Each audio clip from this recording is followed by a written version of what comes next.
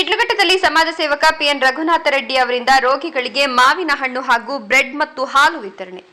ಶಿಡ್ಲಘಟ್ಟ ತಾಲೂಕಿನ ಪ್ರಮುಖ ಸಮಾಜ ಸೇವಕರಾದ ಪಿಎನ್ ರಘುನಾಥ ರೆಡ್ಡಿಯವರು ಇಂದು ಶಿಡ್ಲಘಟ್ಟದ ಸಾರ್ವಜನಿಕ ಸರ್ಕಾರಿ ಆಸ್ಪತ್ರೆಯ ಒಳರೋಗಿಗಳಿಗೆ ಉಚಿತವಾಗಿ ಮಾವಿನ ಹಣ್ಣು ಹಾಗೂ ಬ್ರೆಡ್ ಮತ್ತು ಹಾಲು ವಿತರಿಸುವ ಮೂಲಕ ಮಾನವೀಯತೆ ಮೆರೆದಿದ್ದಾರೆ. ತಮ್ಮ ಸ್ವಂತ ತೋಟದಲ್ಲಿ ಬೆಳೆದ ಪ್ರಥಮ ಫಸಲನ್ನ ಸಾರ್ವಜನಿಕ ಸೇವೆಗೆ ವಿನಿಯೋಗಿಸುವ ನಿಟ್ಟಿನಲ್ಲಿ ಅವರು ಈ ವಿಶಿಷ್ಟ ಕಾರ್ಯಕ್ರಮವನ್ನು ಹಮ್ಮಿಕೊಂಡಿದ್ರು.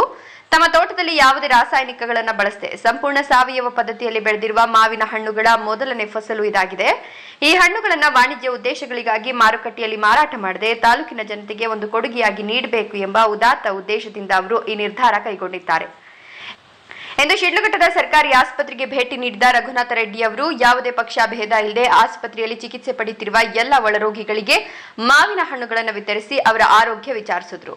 ಮುಂದಿನ ದಿನಗಳಲ್ಲಿ ತಮ್ಮ ತೋಟದ ಮಾವಿನ ಹಣ್ಣುಗಳನ್ನು ತಾಲೂಕಿನ ಎಲ್ಲ ಸರ್ಕಾರಿ ಹಾಗೂ ಇತರ ಶಾಲಾ ಮಕ್ಕಳಿಗೂ ಉಚಿತವಾಗಿ ವಿತರಿಸಲು ಯೋಜಿಸಿರುವುದಾಗಿ ಅವರು ಈ ಸಂದರ್ಭದಲ್ಲಿ ಆಶಯ ವ್ಯಕ್ತಪಡಿಸಿದರು. ಈ ಜನಪರ ಕಾರ್ಯಕ್ರಮದಲ್ಲಿ ಆಡಳಿತ ವೈದ್ಯಾಧಿಕಾರಿ ಡಾಕ್ಟರ್ ಮನೋಹರ್, ಮುಖಂಡರಾದ ನಾಗನರಸಿಂಹ, ನಾರಾಯಣಸ್ವಾಮಿ, ಚನ್ನಹಳ್ಳಿ ದೇವರಾಜ್, ಮುನಿರಾಜು, ಆಸ್ಪತ್ರೆಯ ಸಿಬ್ಬಂದಿ ವರ್ಗದವರು ಉಪಸ್ಥಿತರಿದ್ದು ಹಣ್ಣುಗಳ ವಿತರಣೆಗೆ ಸಾಥ್ ನೀಡಿದರು. ಸಮಾಜ ಸೇವಕರ ಈ ಕಾರ್ಯಕ್ಕೆ ಆಸ್ಪತ್ರೆಯ ರೋಗಿಗಳು ಹಾಗೂ ಸಾರ್ವಜನಿಕ ವಲಯದಿಂದ ವ್ಯಾಪಕ ಶ್ಲಾಘನೆ ವ್ಯಕ್ತವಾಗಿದೆ.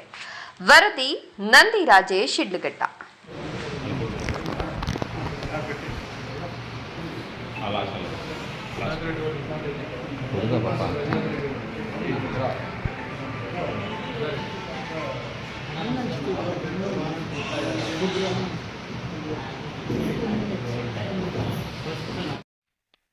ಶಿಡ್ಲಘಟ್ಟ ಸರ್ಕಾರಿ ಆಸ್ಪತ್ರೆಯಲ್ಲಿ ಎಲ್ಲ ನಮ್ಮ ಶಿಡ್ಲಘಟ್ಟ ಕ್ಷೇತ್ರದಿಂದ ಬಂದಿರುವಂತಹ ಎಲ್ಲ ಒಳರೋಗಿಗಳಿಗೆ ನಮ್ಮದೇ ಆದಂತಹ ಸಾವಯವ ರಾಸಾಯನಿಕ ಗೊಬ್ಬರದಲ್ಲಿ ಬೆಳೆದಿರುವಂತಹ ಏನು ಮಾವಿನಕಾಯಿ ಇದೆ ಅದು ಮೊದಲನೇ ಫಸಲು.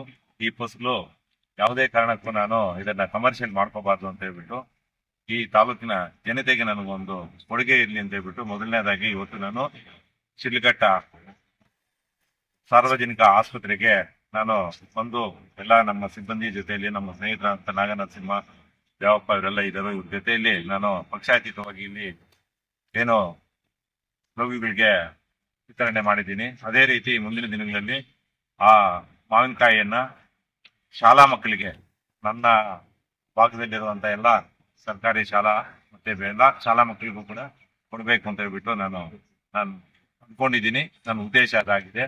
ಅದಕ್ಕೋಸ್ಕರ ಇವತ್ತು ಇಲ್ಲಿ ಬಂದು ಮೊದಲನೇದಾಗಿ ನಾನು ಸಾರ್ವಜನಿಕ ಆಸ್ಪತ್ರೆ ಕೊಡೋದಕ್ಕೆ ನಾನು ಇಚ್ಛೆ ಪಡ್ತೀನಿ.